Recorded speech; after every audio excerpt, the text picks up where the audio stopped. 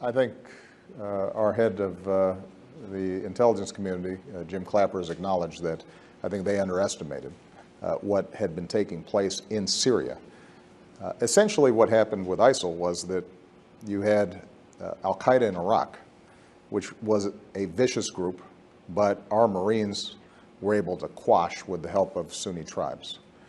They went back underground, but over the past couple of years, during the chaos of the Syrian civil war, where essentially you have huge swaths of the country that are completely ungoverned, they were able to reconstitute themselves and take advantage of that chaos and attract foreign fighters who believed in their jihadist nonsense and traveled everywhere from Europe to the United States to Australia to other parts of the Muslim world, converging on Syria.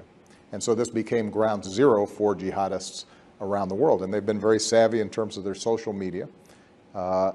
In some cases, you have old remnants of Saddam Hussein's military that had been expunged from the Iraqi military, which gave them some traditional military capacity and not just terrorist capacity.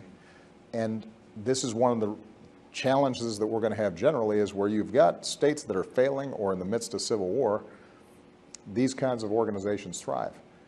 That's why it's so important for us to recognize part of our solution here is going to be military. We just have to push them back and shrink their space and go after their command and control and their capacity and their weapons and their fueling and cut off their financing and work to eliminate the flow of foreign fighters.